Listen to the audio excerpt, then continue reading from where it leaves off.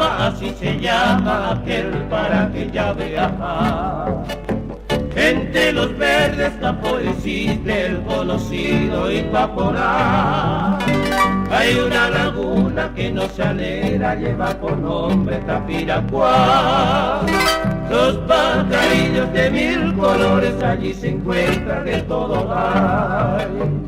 En el cercado de la enramada se ve criándose así, diciendo triste a su compañera de causa y tente se así.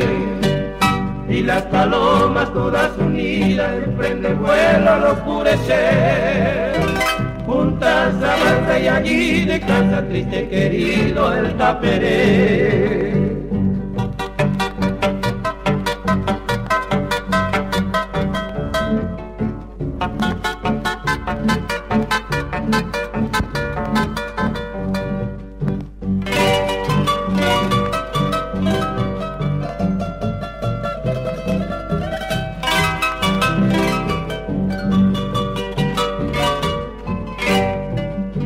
El chiricote que alera el alma acompañado del cogoé, siempre orgulloso y altanero también se siente yacaberé.